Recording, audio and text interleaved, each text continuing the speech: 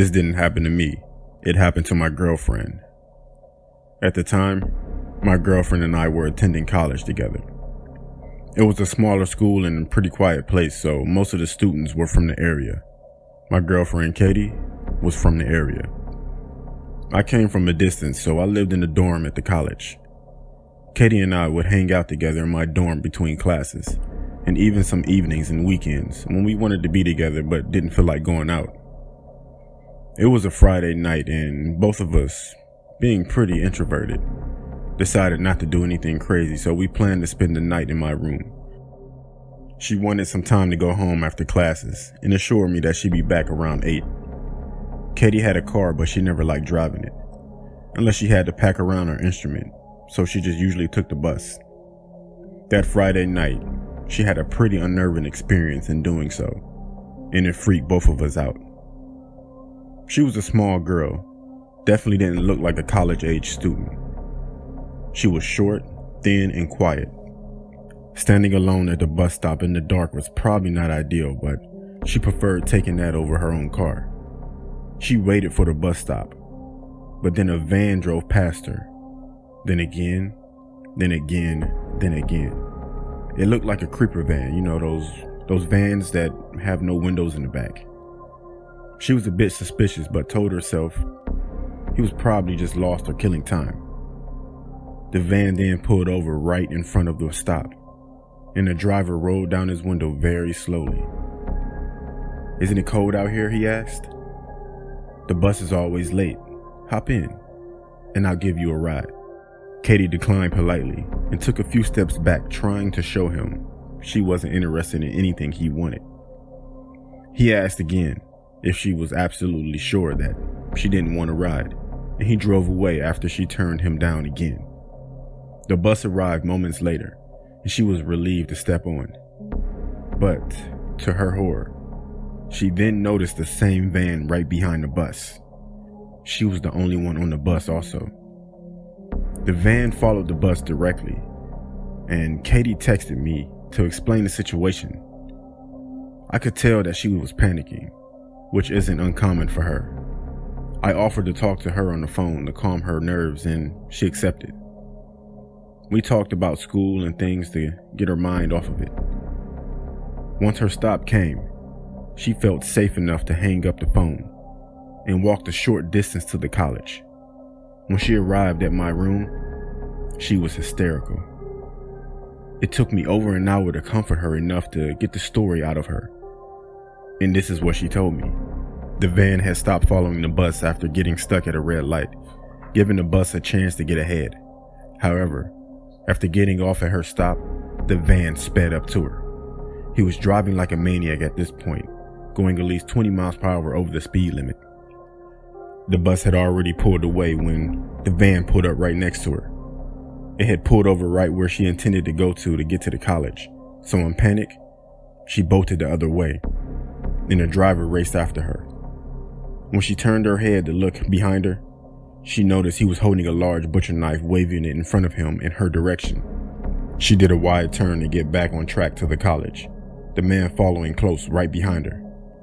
Lucky for her, he lost his footing on an icy patch on the road, and his fall delayed him enough for her to get away. When he got back up, he didn't chase after her again, but instead yelled out, "I will find you, and I will kill you."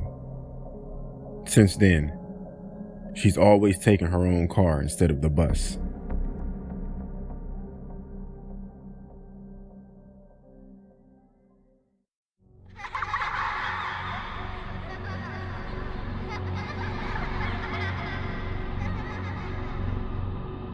Okay, so I'll just start this by saying my dad's a character. All of my friends loved him growing up because he could entertain you just by talking to him. This attitude is what initially led me to question the legitimacy of this story for a long time. Now that I'm a bit older, I could tell this one cuts deep every time we make him tell it. Usually, he talks in a very upbeat and active tone. But when my brothers and I first heard him tell this story, or talk about it in general, his tone completely changes. It's as if the color just rushes from his face. It's obvious he doesn't enjoy talking about it. Okay, now to the story. He was about 18 at the time. From pictures, he seemed like an athletic, approachable teen. He was living in the Gary Whiting area of northwest Indiana. Sometime later in the evening, my dad, who's been a smoker for roughly 50 years of his life, decided to hitchhike to his local convenience store. He has a knack for talking about places or events as if you were there. This was an odd thing to do, considering the shop was only a couple of miles away from his house. Eventually, a truck pulls to the side of the road. It was a baby blue pickup truck, to be exact. Apparently there were two men in the truck, probably both in their 40s or so, pretty normal looking. He said that the driver was a bit burly, and sort of looked like Jackie Gleason. The truck was only a 3-seater, so the man in the passenger side had to move to the middle. No words spoken, apart from the driver asking where he was going.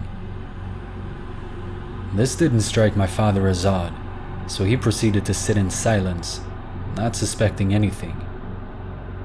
Suddenly, out of nowhere, one of the guys randomly burst into laughter. According to my father, this wasn't your ordinary laugh, but something much more diabolical. Surely enough, the driver looks at my father, with what he claimed was the devil's eyes now chiming in with the laughter. As you could suspect, they start to go a different route. My dad knew they weren't heading anywhere near the desired destination. He was trying to play it cool, wait for his chance. Luckily, a couple of minutes later, they finally hit a red light. The driver slowly crept his arm across the cab and starts caressing my dad's neck. I guess fight or flight kicked in, and a surge of adrenaline came about. He unlocked the door and bolts out, not looking back. He said he hid near a local church and watched as they drove around looking for him. Some years later, my dad was watching the news when the mugshot of a man popped on the screen. His heart sunk.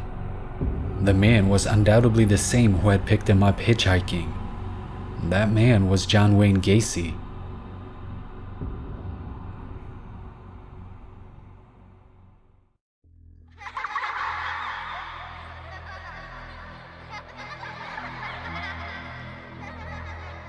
When I was 17, I didn't have a driver's license. Most of the time I walked or hitchhike. There was this one night. There weren't that many cars on the road, and it was very cold. And this man pulled over. When the guy pulled over, I took a good look at the guy and figured I could take him if he tried anything. He was on the slender side and had a strange frailness about him, even though he looked healthy enough. I got into the car after we agreed on the destination. We exchanged names and I warmed my fingers up in front of the heating vent. He spoke quietly, asking a few questions along the lines of, was I local and how did I like living there? He said he only been here for a few months, but found it beautiful and hoped he could find happiness there. That comment struck me as a little odd, but I brushed it off. It began to snow and the road quickly got slippery. So he slowed and he kept his eyes straight out the windshield, driving silently. I was okay with that, as small talk was never my forte. About 10 minutes later, I noticed the car near the intersection we were approaching seemed to be sliding, so I said, "Watch out." He immediately hit the gas, shooting through the intersection and burst out with, "Don't ever scream at me." Needless to say, I was taken aback. I said, "Look, this is close enough. Just pull over here and I can get there." He didn't seem to hear me. So I said, "Richard, did you hear me? I said you can pull over here and let me out." But no response. He just stared straight ahead, driving faster now than he did when it started snowing. To say I was scared doesn't seem to cover the depth of the fear that began to rise in me. I didn't know if I should stay quiet or speak, but I was damn sure not going to yell after his outburst. After about a mile, he began to mumble under his breath. I couldn't quite make out what he was saying, but I assumed he was speaking to me, So I said, "What did you say? I couldn't hear you." He began to speak quietly and rapidly, saying things like, "You're always yelling at me. I've told you time and time again, do not yell at me. I don't appreciate it. No, you don't listen, you don't listen." And I was just sitting there looking at him. I was at a complete loss. I didn't know what to say in response or if I should say anything at all.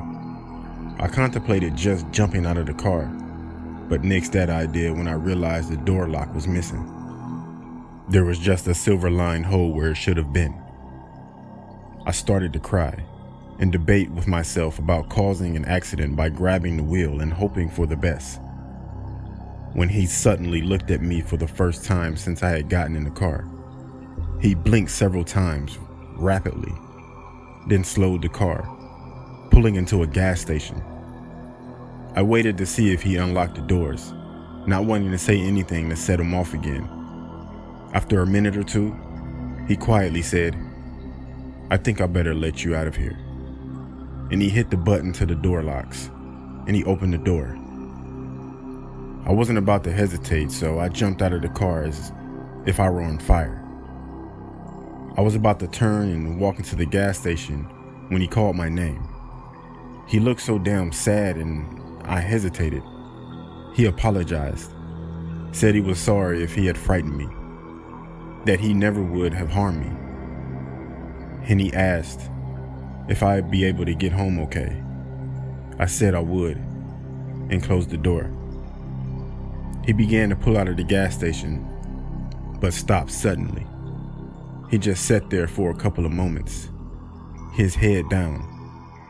I froze, wondering what the hell was up, and was about to run into the gas station, but he opened his window and yelled at me, waving something in his hand, my hat. I left it on his seat. I slowly approached the side of his car, and he handed it to me, apologizing again. I didn't know what else to say, so I just said, "Thanks."